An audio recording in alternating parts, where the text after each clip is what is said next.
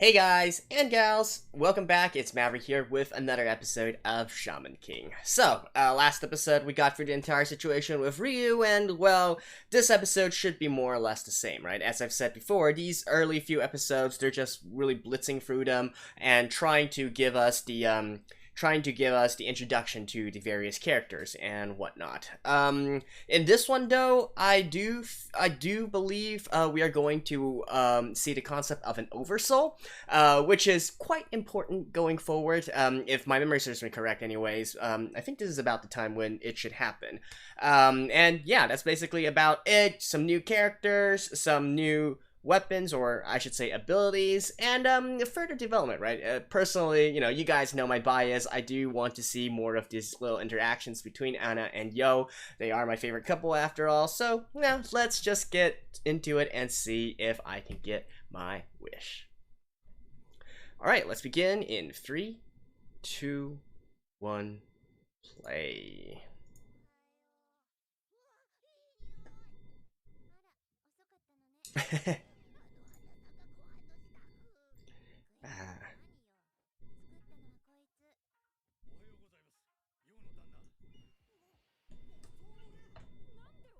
Oh yeah, we gotta get through this part first.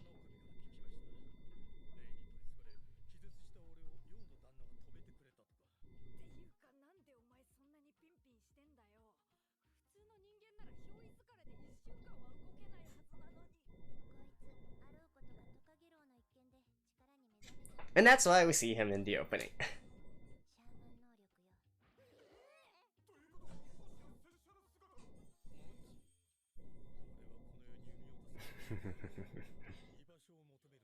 My place.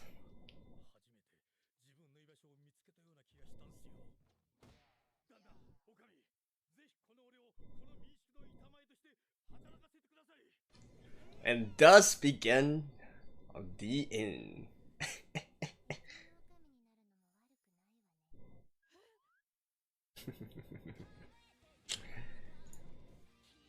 That's actually quite important. Now that I look back on it, obviously I don't want to spoil on anything or whatnot, but all I can say is that this is a pivotal moment in our characters here.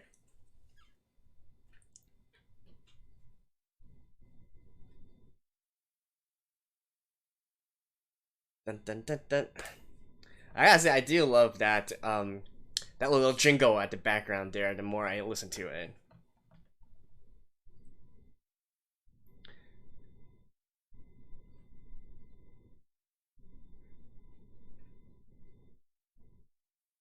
Dun dun dun dun dun. Dun dun dun dun dun dun dun dun dun dun.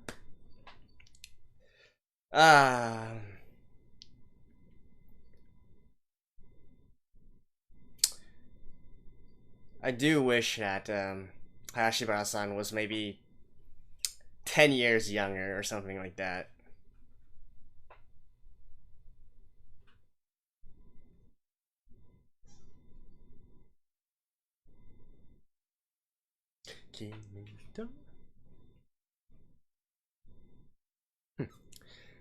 Interesting. I just noticed the last word of that is Kimito. Normally you would expect something like Sakie or whatnot. And yeah, there we go. Oversoul. I do wonder if we are going to get a reference to the original opening here. Let's see. By God, I hope they do.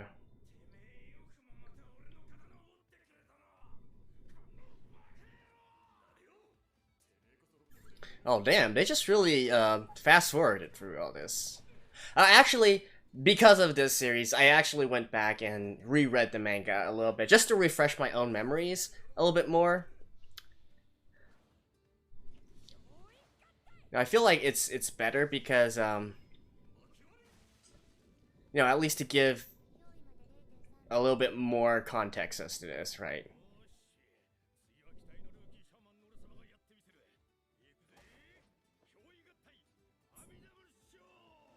Oh.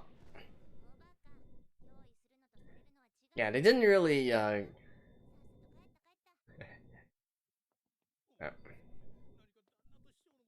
They didn't go through the entirety of this scene actually.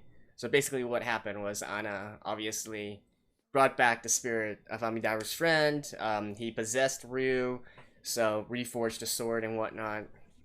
And it was actually quite a warming scene as well because, uh, after all this time, it was the first time that those two could have a face-to-face meeting with each other, even though they each possess someone else. Because, in these past few episodes, we never actually had those two meet with each other.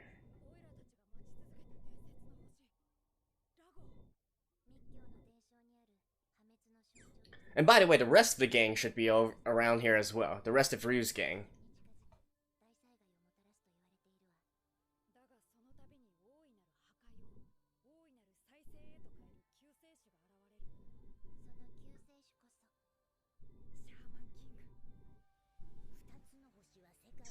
Hey, look at all these.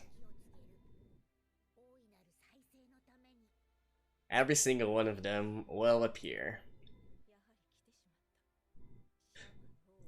Something upon rereading the manga, one thing that impressed me a lot was also how the author actually managed to hint at all the other characters that were going to make their appearance. Because this scene happened in the manga as well, very, very early on, all the other characters and whatnot.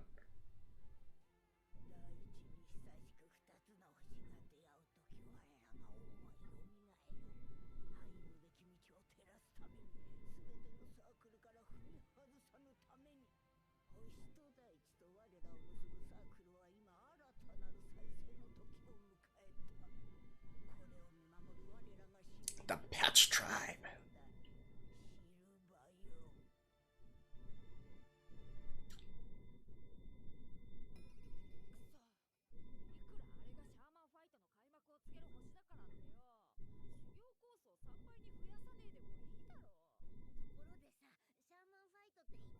Oh, okay, yeah, I see. I remember now. So, oh, this is fast.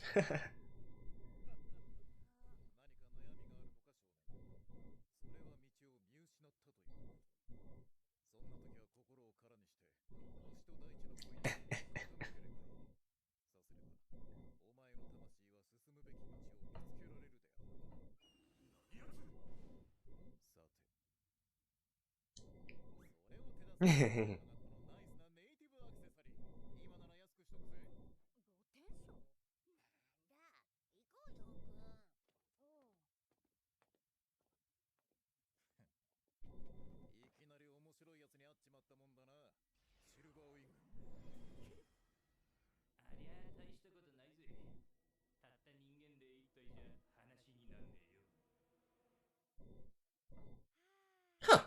They kind of took out most of the slapstick comedy out of this as well.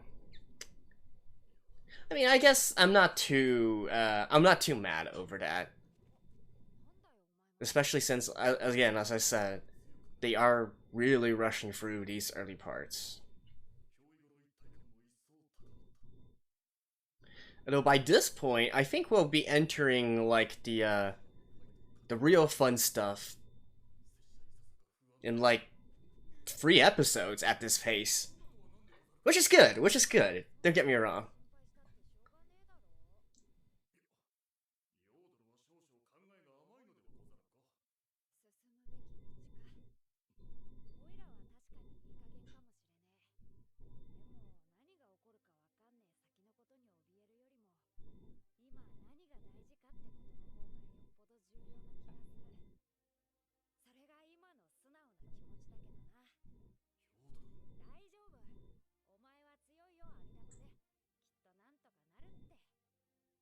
I'm sure it'll all work out. Ah, his catchphrase.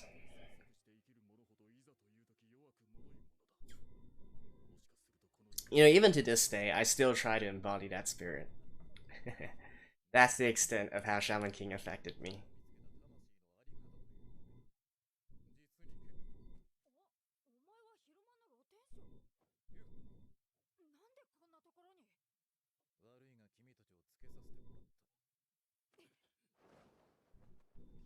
俺はパッチ族のシルバー、シャーマンファイト運営員のものだ。あの例、動物霊のようだけど何かが違う。彼らは500年間魂を磨き続けて進化した精霊。君のシャーマンファイト参加資格をテストしてくれる私の優秀な持ち霊たちだ。テストだと？さよ、我らパッチは太古の昔よりシャーマンファイトを取り仕切ってきた一族。なにルールは変わらない。君はこのシルバにただ一撃ダメージを与えればいい。さすれば朝倉よ、君はシャーマンファイト参加の資格を得られるであろう。そんなの聞いたことねえ。それになんでお前オイラのことを。グレートスピリッツは何もかも知っておいでだ。GS。おっと、これ以上のことはまだ知る権利はない。知っていいのはこのテストに合格した者のみだ。制限時間10分、チャンスは一度。これを逃すと次はまた500年後でしょう。面白い。そのテスト受けてやる。阿弥陀丸、人玉モード。オイラたちの力を見せつけてやろうじゃないか。阿弥陀丸。言っとくけどこっちは真剣だ。怪我したって知らねえぞ。君に私を切ることはできない。That's true. You can't. 阿弥陀丸の実力を見てから言え。真空ぶった切れ。浅かったか。ならば憑依合体で私に勝つことはできん。これはさっきの亀が盾に。その通り。彼は亀の精霊、シルバーシールド。さらに私を守ってくれる精霊たちを。 Oh, they actually went through the trouble of still introducing all of them. シルバーテイル、走れ。シルバーロット、彼を助けよう。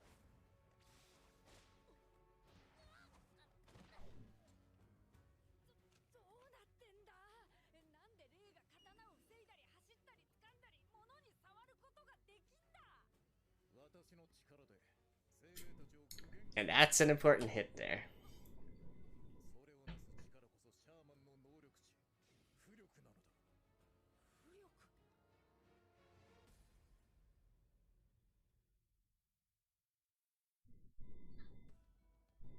Silver arms.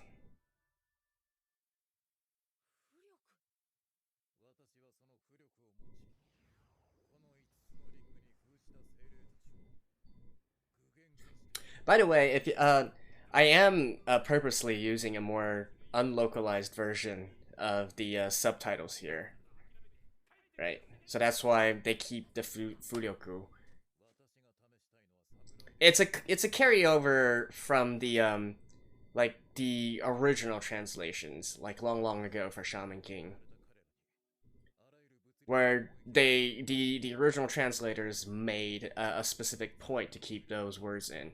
Like Fudoku here basically is shamanic power, but 今君に残された手段は唯一知恵を絞り、巫力の別の使い方を。 yeah, they're like some people like to use localized versions. Some people like to use unlocalized versions. それは知識だ。 I mean, personally, I always like the unlocalized versions a bit more, but yeah, it really depends on each person. シャーマンキングにとって最も必要な力こそがこの知恵なのだから。どうするでござるか、ヨーダ。奴の精霊に物理的攻撃は通用しない。相手は物体ではなく霊だからだ。それでは何か策があるのでござるな。ってことはこっちも奴に霊をぶつければいいってわけだ。 Go! 何？通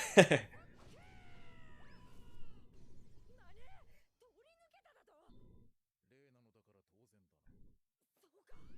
霊なのだから当然だな。そうか。そうかじゃござらん。いきなり投げつけるとはひどいでござる。よーし。磁気物冬瓜種女大下大道発務上位。あんな直伝の強攻撃だ。なんだその妙な呪文は。よーだな。目玉の方が成仏仕掛けてる。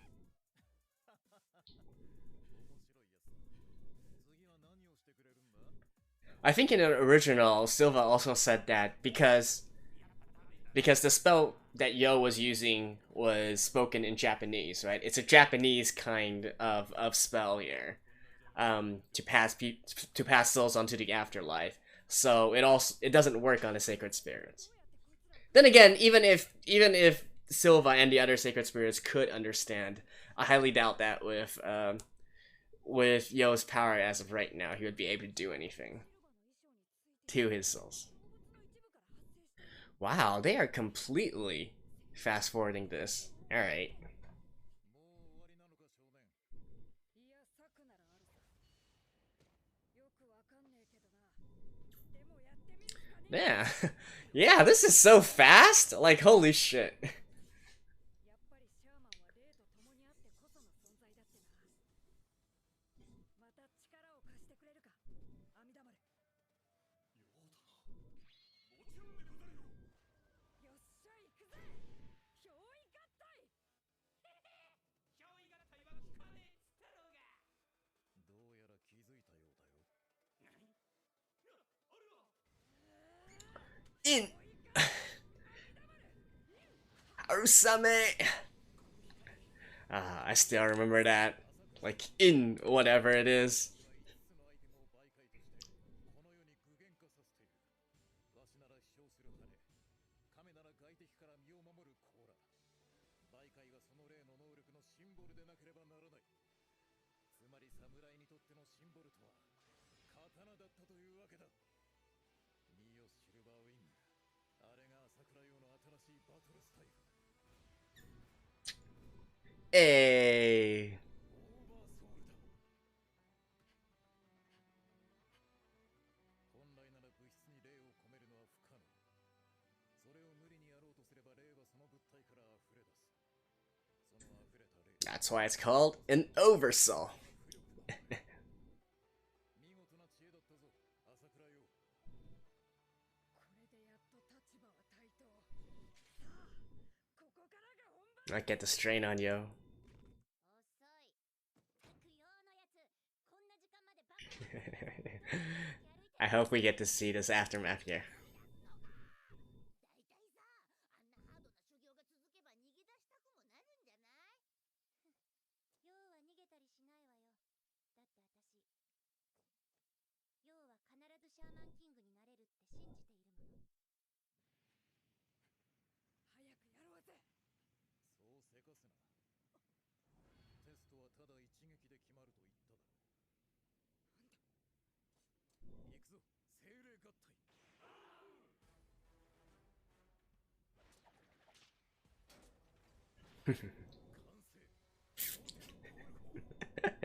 And what does that have anything to do with how I love how he goes into this entire speech about like how souls need to, take a form of take the form of something that they represent, right? So how in the hell does a cannon represent them or Silva, which is supposed to be like a sort of a reference to Native American tribes? それでもシャーマンキングになりたいというなら挑むがいい。君に残された手は他にないぞ。勝てば合格、負ければ死。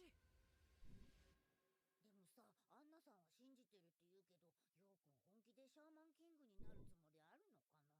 なんでよ。だってヨウくんっていつものんびりしててゆるいでしょ？どうもそういうハードなことは向いてないと思うんだけどな。あんたは何にも分かっちゃいないのよ。それは君の方じゃないか。君はヨウくんを無理やりそうさせているだけなんだ。だいたいヨウくんはシャーマンキングになってどうしたいってんだ。本人は何の苦労もしない楽な生活がしたいって言ってたわ。ダメじゃん。そんなやる気のないやつが世界の救世主でいいのか。だからいいのよ。私は俺が世界を救うなんてやつはもちろん信用しないし、やってやるぜってガツガツした熱血マンが大嫌い。だってそんな奴らに限って And that's why I love these two. 困難にぶつかるとすぐへこたれる。なぜかわかる？奴らは結局自意識と己の欲でしか目的を持たないからよ。Basically, what she's trying to say here is that they have all these other so-called heroes have their own ideals and whatnot of how the world should be or something like that. But Yo, on the other hand, he's just completely carefree, right? From a philosophical point of view, this actually goes back to we can actually get into actual philosophy here, right? Like, there's this concept called the philosopher's king, right? Where, and indeed, it's also. Wait a minute.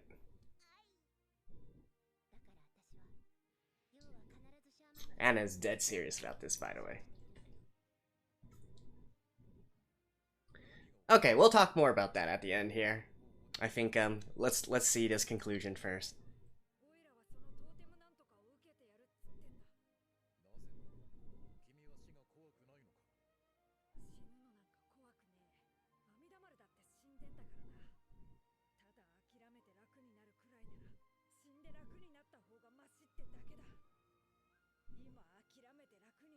See? The dude just wants to live a good life, and live a good, carefree life. And that's why he is forever my favorite shonen protagonist.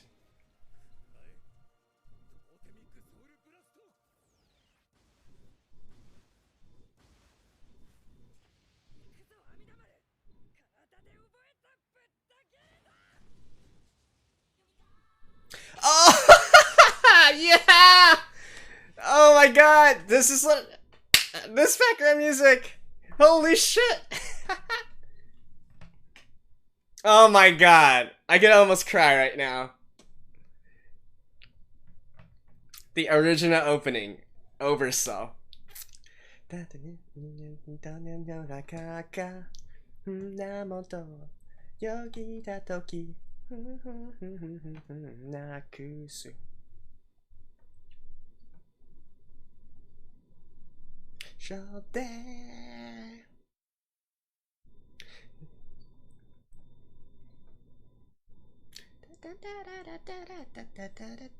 By the way, also sang by Hayashibara-san. Anna.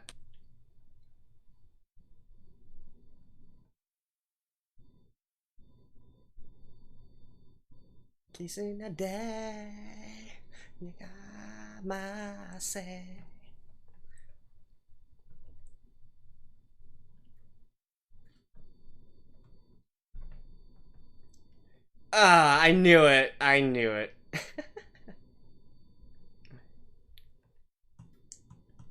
Like I said, this is basically made for fans.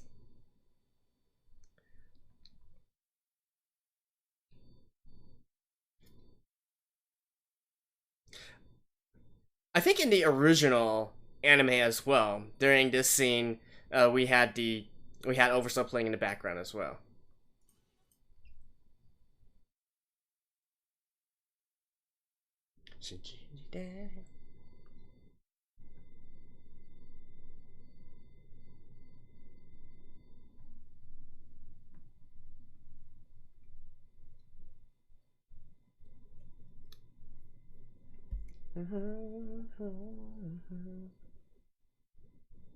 Sweet Oversoul.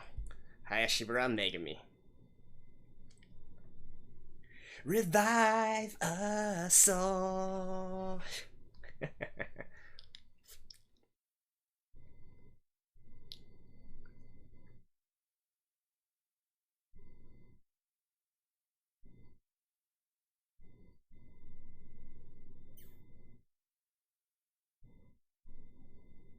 Ah, that's good.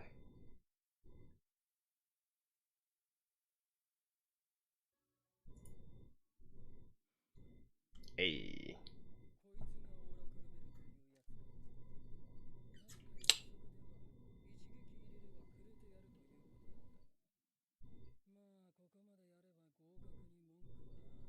Yeah, the dude just straight up killed him.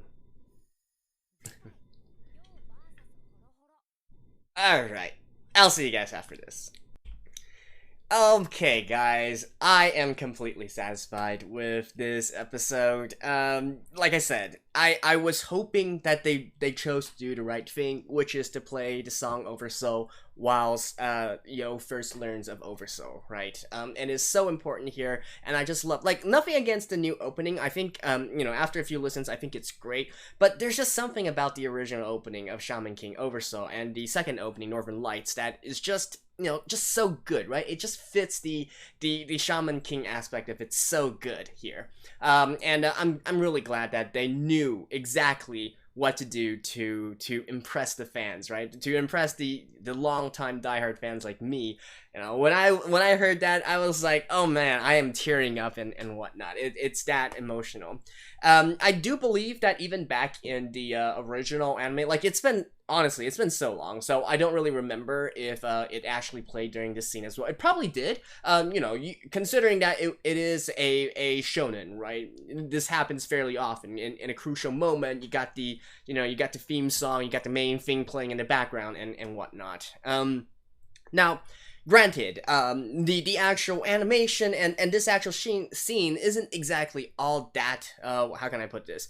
It isn't exactly all that high energy compared to a lot of other stuff that happens, but again, because it's so iconic, right? The first time when Yo learns of this new Oversoul move, that is going to become the basis for a lot of the fights for a long time now, until he gets until he gets further forms and so on and so forth, which I'm not going to spoil at this point. But he's going to be using this form for quite long. And that goes for his opponents as well. This concept of having an oversoul, of putting the soul of a spirit into an object and then wielding it instead of allowing a soul to basically possess you, right? This is the actual way that they are supposed to do battle here. Very important.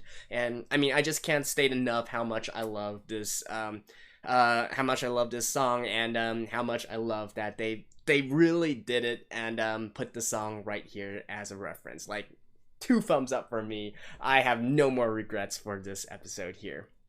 Beyond that, once again, I told you about basically all the other characters. We see quick cuts of them being displayed here. All of them will show up in the future, some in the very far future, honestly, but they are all quite important. And like I was saying, I just recently, because I'm now doing this anime, I went back and reread the manga once again, and sure enough, there was this scene as well, right? And really, upon rereading this, it just blows my mind, like how early on the author had already decided to have all these various different characters, utilizing these different cultures and different concepts, and then actually being able to merge them at the very end there into a story. It does get kind of ridiculous in the end, I'm not gonna lie, which, once again, that happens way further on, but let's just say that, what you were expecting to just be like a normal fantasy with magic and whatnot, it kind of turns into something more than that. But I'm not gonna spoil anything at this point. We'll get there when we get there. And beyond that, also another really important. So again, they kind of. Especially since I reread the manga right now, it makes even more. It's even more jarring to me, like how fast they go for all this. But again, not really too bad of a problem here. They are heading towards the fun stuff here. Obviously, with Ren showing up at the very end there, we know that there's going to be this big showdown with Ren eventually. That's also going to be a very important part in all this as well. But again, I keep on saying again, but basically I do believe that at this kind of pacing, we're probably going to start getting into the fun stuff and the team concept and whatnot at around episode 10. Right, so yeah, keep up the pace, and we're gonna get into the fun stuff in no time here. So I want to quickly touch on the concept and basically the character of Yo and Anna at that was revealed a little bit here. Now, obviously, I don't really want to spoil anything, right? And as I said last episode, it's already hinted. The anime has already hinted that they are going to be adapting a very, very important arc talking about Anna and Yo's past. So I'm not gonna get into that, but basically, Anna knows Yo like much more than Manta could ever hope for, right? So that's kind of important here, and also what Anna is talking about. It really exemplifies Yo's character, and like I said, it's part of the reason why I love Yo's character so much, and that's why to me he is forever the standard for a shonen, right? Like, people can obviously disagree, and I'm sure that there's many who would, they would instead want a more hero-like character, right? A character that wants to do good, that wants to dish out justice, that wants to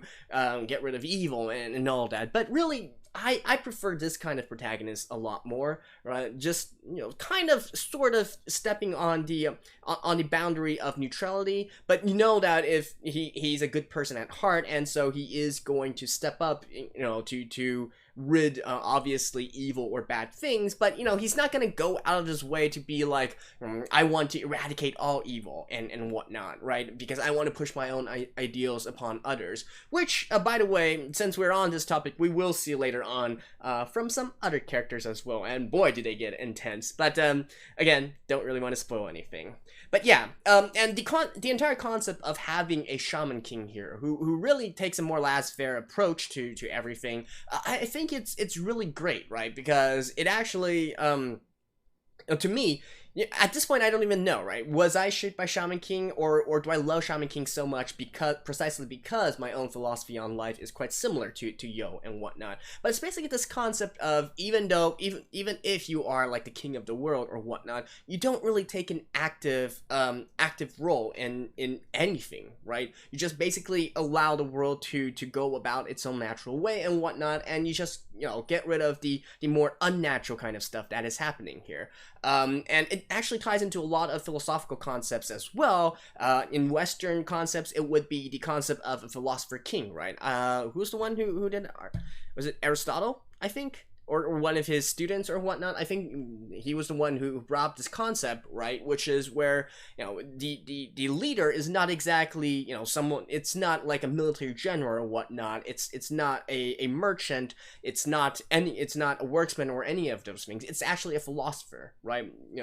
We don't want this overall supreme ruler to really be actively doing too much, but just allow the world to take its flow, right? There's a similar concept in Eastern ideals as well, in basically in Chinese culture as well, which is the concept of Taoism, right?